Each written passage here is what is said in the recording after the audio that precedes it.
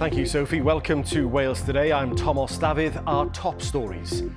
A year into the job, First Minister Eisteddfod Morgan says she's feeling the pressure ahead of the Senedd election next year.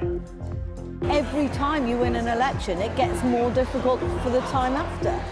And of course, there's a historic responsibility, and there's a responsibility as the first woman leader as well. So yeah, of course I'm feeling the pressure. We'll assess the challenges facing the First Minister after recent polls suggest Labour may not be the biggest party after the election. Also tonight, with numbers being screened for breast cancer down, a call for more to be done to encourage women to get tested. A row over the Ospreys moving into their new home. Carmarthenshire politicians say it could impact Parc y Scarlets down the road. In need of renovation, in need of cash.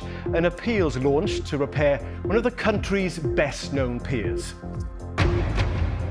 And it's all about the learners at the Wrexham National Eisteddfod today. We hear about a significant rise in the number of people taking up lessons, and we'll be talking to Welsh Learner of the Year, Lucy Cowley from Llangollen.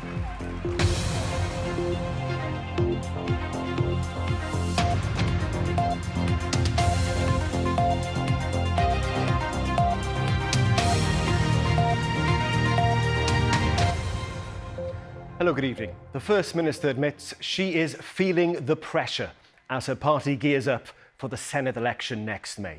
Recent opinion polls suggest Labour are lagging behind Plaid Cymru and Reform.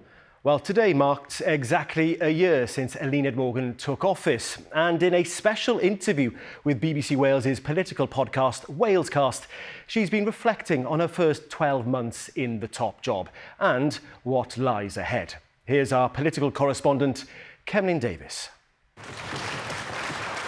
A historic moment in Cardiff Bay as Eisteddfod Morgan is confirmed as Wales's first female First Minister.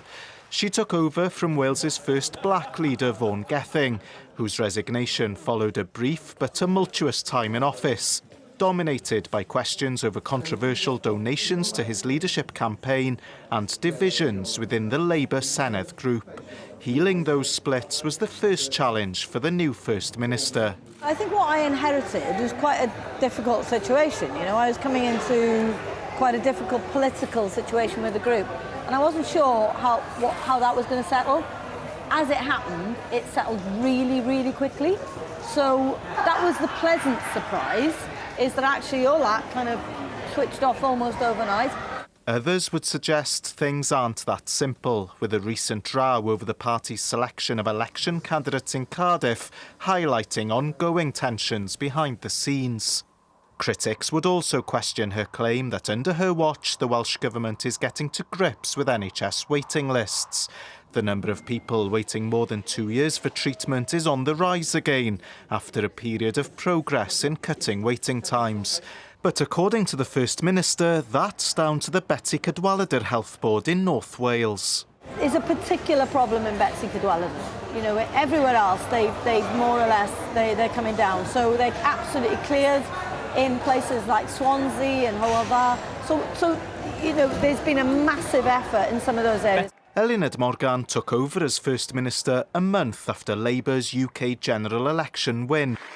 But whilst there has been more money, most notably for rail, there has also been frustration that ministers in London have appeared not always to be listening to Welsh concerns, prompting this speech earlier this year where Eisteddfod Morgan promised to call out her Westminster colleagues if she felt they weren't delivering for Wales. When Westminster makes decisions that we think will harm Welsh communities, we will not stay silent. I'd rather do it behind closed doors and get my way there.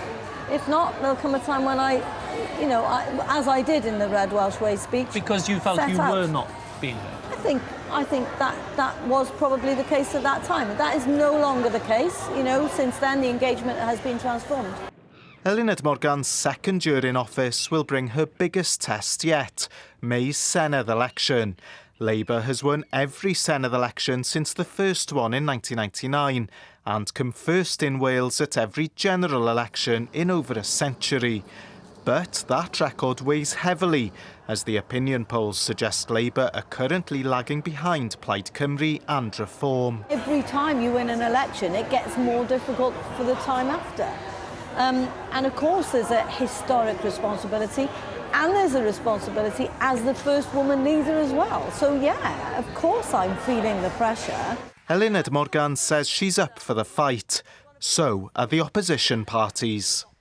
Felicity Evans, one of the presenters of Walescast, is here, so plenty of challenges ahead for the First Minister and her party. Yes, that's right, Tom. I mean, big picture, the polls suggest that Welsh Labour is losing support to Plaid Cymru, which is duking it out with Reform for the top spot. I mean, that's just the suggestion of the polls, nothing set in stone at this stage, of course. Then add to that some of the other background stuff that Cemlyn was talking about in his piece. And, you know, despite the claims about the benefits of two Labour governments working together, the fact is that it's always harder for Welsh Labour when UK Labour is in power at Westminster, because the Welsh Labour government can't blame problems here on the government in London because they're the same party. I think there's also a sense that a lot of voters have a real sense of frustration at the moment over things like the continuing cost of living pressures, the performance of public services and that sort of thing. And that makes the time for change argument particularly potent. We saw UK Labour ride that wave at the general election last year, didn't we? And obviously that is dangerous for Welsh Labour, not only because they're the incumbents right now, but because they have been for the entire lifetime of Welsh devolution, more than 25 years. So the First Minister clearly feeling the pressure, as she told us. She does not want to be the first Welsh Labour leader to lose an election. And by that, we mean, of course, not winning and being the largest party in terms of seats and votes. But she was bullish in the interview as well. She insists that Welsh Labour's got a lot to shout about. And she thinks that her big strength is going out and talking to people. She says she's going to be doing a lot more of that over the next 9 months. And you can hear the full interview on Walescast on BBC Sounds. Always worth a listen. Felicity Evans, thank you very much. An inquest has heard how a woman who fled the Russian invasion of Ukraine was killed while walking home from work in Swansea. 40-year-old Tetiana Martinova moved to Wales in 2022 with her 13-year-old son. An inquest heard that she was hit by a car in the Morriston area in January last year. The assistant coroner noted that Miss Martinova had been dressed in black in an unlit crossing area. A charity says the Welsh Government needs to save more lives from breast cancer by encouraging women to take up the offer of screening tests. At the moment, women are invited for tests every 3 years between the ages of 50 and 70, but the number attending is well below the official target of 80%. Well, our reporter Lily Hewitson is in the newsroom for us. Tell us more. Thomas, breast cancer screening is a key tool for early detection. The sooner that cancer is diagnosed, the more likely that treatment will be successful. Now, the minimum standard set by the Welsh Government is that 70% of women invited to attend these screenings attend their appointment, but the target is for 80% to attend. Now, women are invited for these screenings every 3 years between the ages of 50 and 70, but the latest figures from Public Health Wales show a drop in screening uptake. Under 69.5% of women invited for screening in the years 2022 to 2023 took the opportunity. So the Welsh Government's minimum standard wasn't met, let alone their target. However, the year before, the minimum standard for screening uptake had been met for the first time in 5 years. So there are concerns that the numbers are heading in the wrong direction. Now, the charity Breast Cancer Now says if the target had been met, over 15,000 additional women would have been screened and over 150 breast cancers may have been detected. Now, the charity are calling on the Welsh Government to do more to ensure that women attend these appointments. It is really concerning that breast screening uptake has fallen below the minimum standard. Again, in the latest data that's been published, it was hitting that minimum standard the year before. I think there is a trend in Wales in terms of uptake of breast screening, which has shown a steady decline over the last decade or so. But I guess the other thing that I would say is that 70% is a minimum standard. We need to be driving towards the 80% achievable target for breast screening. Now, the charities say there are barriers stopping women from attending these appointments. For example, if they need to re-attend, they need to call this screening department, which they say can be quite difficult to do. They want screening to be made easier with things like online services. Now, the Welsh Government says it remains absolutely focused on working with the NHS to improve delivery of cancer services. It also says that Public Health Wales is developing targeted projects which are expected to be delivered this year. Lily Hewitson, thank you very much. To Wrexham now for the latest from the National Eisteddfod, and Jen is there, and I gather, Jen, the learners have been taking centre stage today. Well, they certainly have, Thomas, and that's why we've headed to Maes D for dysgwyr or learners, and there's a warm welcome for people at all stages of their language learning journey here. Now, earlier on, there was a special comedy event, 3 comedians taking to the mic who've all learnt Welsh as adults. Very brave. Now, the National Centre for Learning Welsh says there's been a huge increase in the number of people learning Welsh since before the COVID pandemic, an increase of 45%. Now, there are 18,000 people who've completed their courses last year. That is a record number.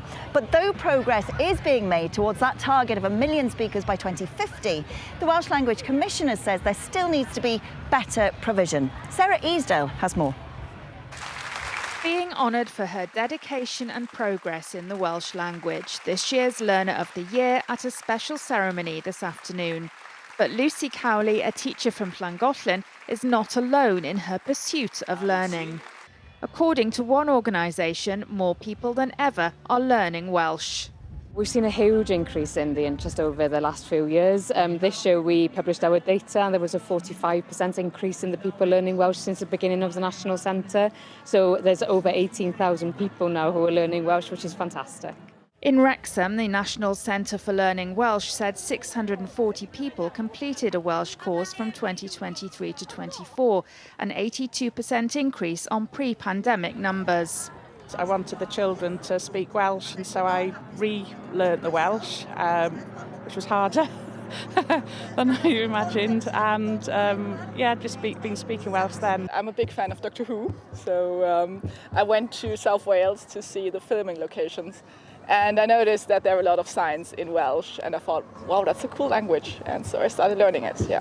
But though the learner numbers are positive, latest figures from the Office for National Statistics show that around almost 852,000 Welsh speakers in Wales is the lowest recorded number in more than 8 years. And there's still concern that Welsh as a second language provision in some schools can be patchy. What I'd like to see is that every young person in Wales has the opportunity to study Welsh as a subject post-16.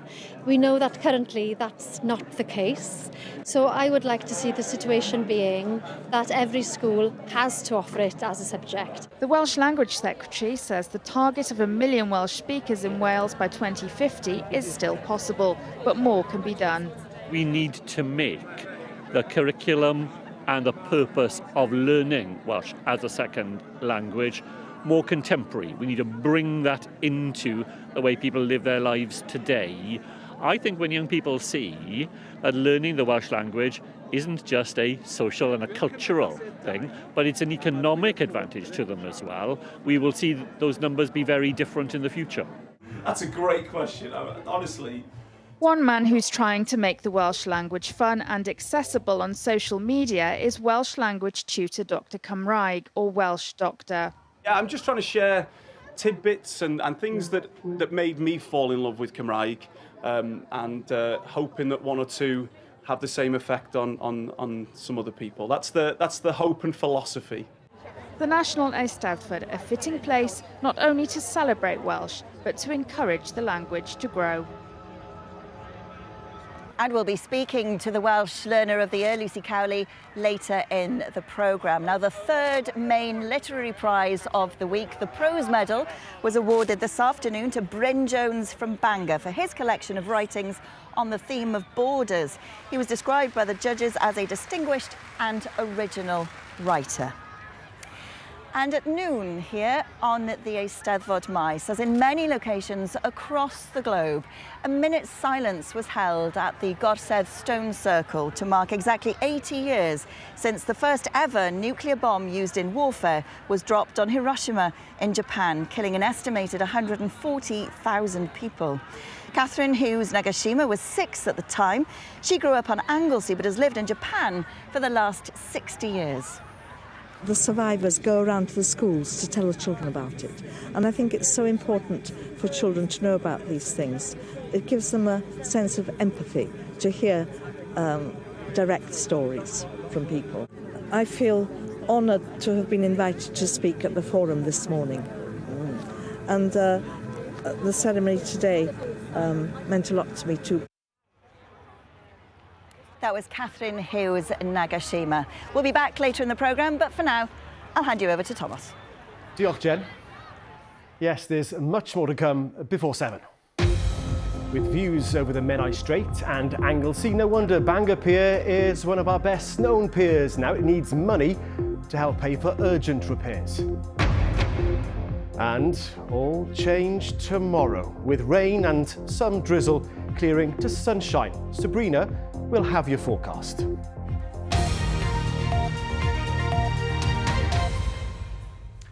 Last night, we told you about a new home for the Ospreys, with plans approved to redevelop the St Helens ground.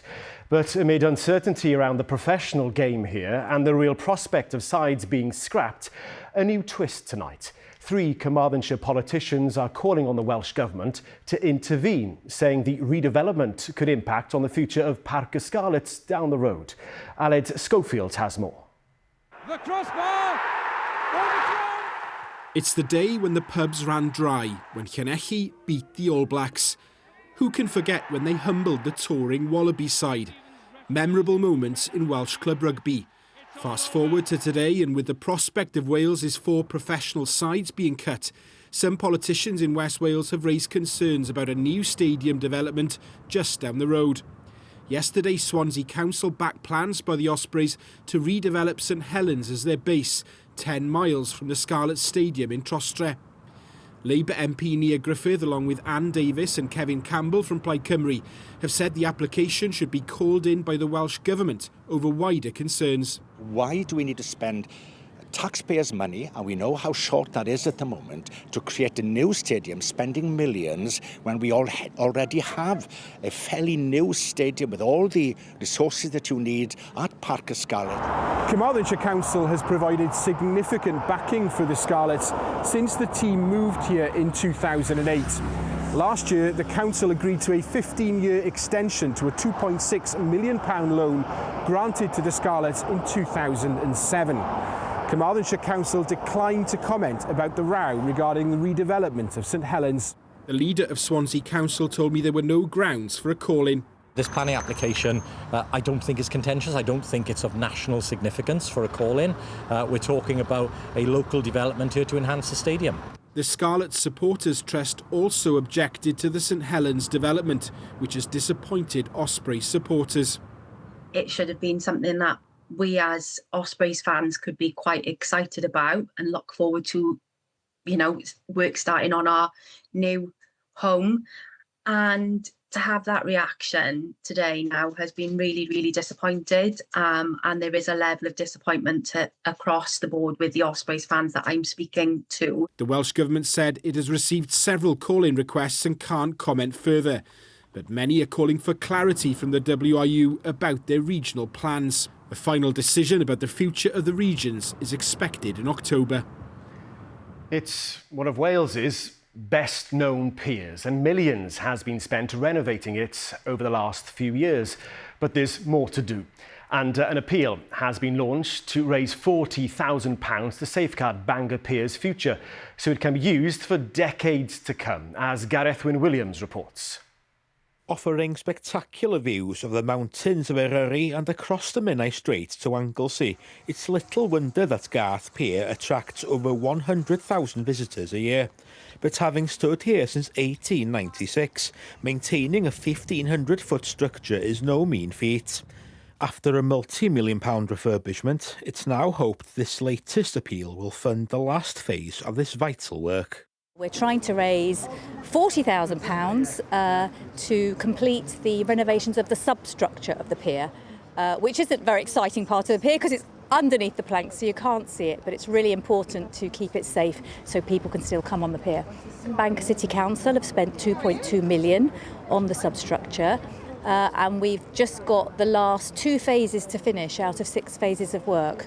And these phases are smaller than the other phases of work, so we're very excited that just 40,000 plus some match funding from Bangor City Council will get this work finished. Tourism dominates much of the North Wales coast, but here in Bangor, the city is more known for its university. There's no doubt, however, how much Garth Pier means to the people of Bangor and beyond.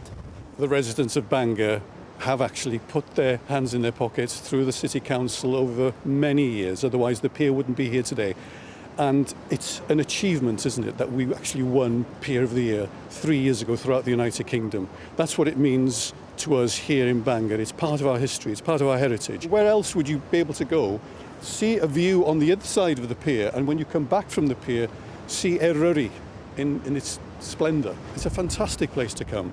While popular with locals, the pier is also an attraction for people further afield. All the traffic we get is really due to the pier. We get a lot of international tourists as well, which is surprising. We get particularly people from mainland Europe. So we get a lot of French and German people and Dutch people. We've had in this week, so it's really good, and we get a lot of them. I think they're doing the coastal path as well, so I think it's a good stopping point for them with the pier here. The pier has survived previous attempts to demolish this Victorian and now Grade 2 listed structure. It's hoped that this one final push will ensure the future of this much-loved landmark for another generation at least. From Bangor, let's head east now and return to Wrexham. Jen is at the National Eisteddfod for us with a special guest. Yes, Thomas, I'm with Lucy Cowley, who is also now known as the Welsh Learner of the Year 2025. Llongyfarchiadau. Diolch yn fawr iawn. How does it feel? Absolutely amazing, I can't believe it. I'm still in shock, to be honest. So you live in Llangollen, but you're from this very village. I am. I grew up here as a child. I spent lots of my time messing around on the roads and the fields around here and playing with my friends. It was just brilliant. And did you speak Welsh as a child? Not at all. My dad's Polish and my mum's family were English, so there was no chance to learn it at home, so I didn't not until I was in school. So when did you start properly learning, and how did you do it? In 2019, I went on a 12-month sabbatical course as a teacher to Prifysgol School Bangor. Bangor University. I'm so used to saying it in Welsh. And I spent 12 months learning Welsh with 14 other teachers, and it was full immersion from 9:30 in the morning to 3:30, and it was just amazing. It was so good. And you've started a discussion group now in Llangollen, haven't you? I have, yeah. I run it first and third Thursday of the month in Gales Wine Bar, and we've got about 46 people on the list. People just come and they just speak Welsh and they practice. There's no lessons, we just practice what we've got, and then everybody feels more confident because they're trying something without pressure, so it's really good. So you use Welsh now in your daily life? I do. I use Welsh. Whenever I hear somebody speaking Welsh, I try and speak Welsh to them, and I use it in school when I'm teaching the children. We use Cymraeg bob dydd, which is sort of using commands and just talking to the children in little bits of Welsh in a natural way, so they're exposed to it all the time. And then we have Welsh lessons as well, which is really good. How would you say that learning Welsh has changed your life then, Lucy? It's been amazing. Before I went on the Welsh course, I was okay with Welsh. I wasn't particularly very, very confident at all. I taught it, but I wasn't very confident in myself. But when I went on the course, I learned a lot about myself as well as the Cymraeg and the Cymraeg, so the Welsh and the Welsh culture. And it's just built my confidence levels up. I'm better at speaking to people in public and just lots of things. It's just brilliant. Brilliant. And very briefly, top tip for anyone who's thinking of learning. Top tip: find a discussion group, find friends who are learning Welsh, and just practice together. And go for it. Yeah. Well, congratulations, Llongyfarchiadau. Enjoy the celebrations. Diolch. Right, on tomorrow night's programme, we're going to be talking to some of Wales' best-known poets about the impact of AI, or artificial intelligence, on creative writing. We're also going to be speaking to Ashok Ahir as he steps down from his role as the president of the Eisteddfod court. He was the first person of a minority ethnic background to be elected to the role. All of that coming up tomorrow, but first let's get the weather forecast, and Sabrina is here. Thanks, Jen. Good evening, all. Well, it's been a calmer day, hasn't it? We've finally taken a break from those strong winds. Here in Wrexham today, there's been some warm sunshine, a high of 22 Celsius, which actually worked for lots of people here, so it's been a pleasant day. Now, it has clouded over somewhat, but it is still bright. That's a story that's echoed across much of the country too. Now, if you're planning on heading to the Eisteddfod tomorrow, yes, there's some rain in the forecast, but actually Wrexham does have some shelter from the breeze, so whilst there will be some rain, it's not going to be as heavy as it could be, and it will brighten up nicely into tomorrow afternoon. So very much an improving picture. So this evening then, the plan is for more in the way of cloud breaks. So in places there should be some late sunshine peeking through. Overnight, cloud will tend to re-thicken, perhaps a little bit of mist and fog in places, together with some outbreaks of rain and drizzle. I think some of the rain heaviest and most persistent in parts of Gwynedd and on Anglesey. As that rain pushes through, the southwesterly winds will tend to strengthen, driest for longest for border counties, and because of the breeze and blanket of cloud, that will hold those temperatures up to around 12 to 15 Celsius. Tomorrow then, the pressure chart shows a cold front moving across Wales initially. That will bring some rain for a time, but as that pushes through tomorrow afternoon, behind that brightening up nicely, so an improving picture. Tomorrow then in more detail, I think most places starting off quite dull and damp. Any lingering in rain and drizzle will clear its way away eastwards, and then behind that brightening up, so we're left with drier conditions, perhaps just a few well scattered showers, and then more in the way of afternoon sunshine. Whilst it will be a breezier day, in that sunshine it should feel pleasantly warm, with daytime highs at 19 to 22 Celsius. By the time we get to Friday then, dry for the vast majority, sunny spells, variable amounts of cloud, light to locally moderate breezes, and if anything, those temperatures a touch higher, 19 to 23 Celsius.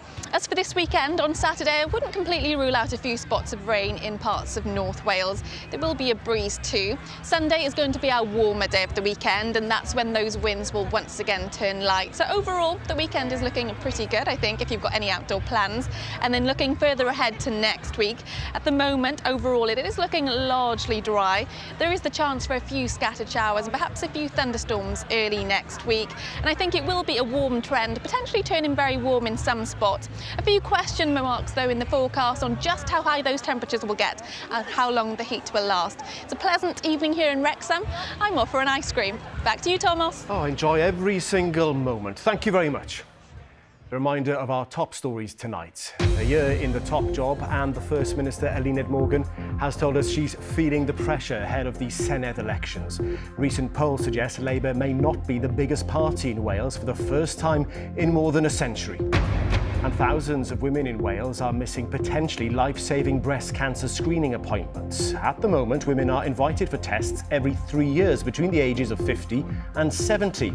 But the number attending is well below the official target of 80%. We're back after the BBC News at 10. That's Wales Today. From all of us here, have a pleasant evening. Bye for now.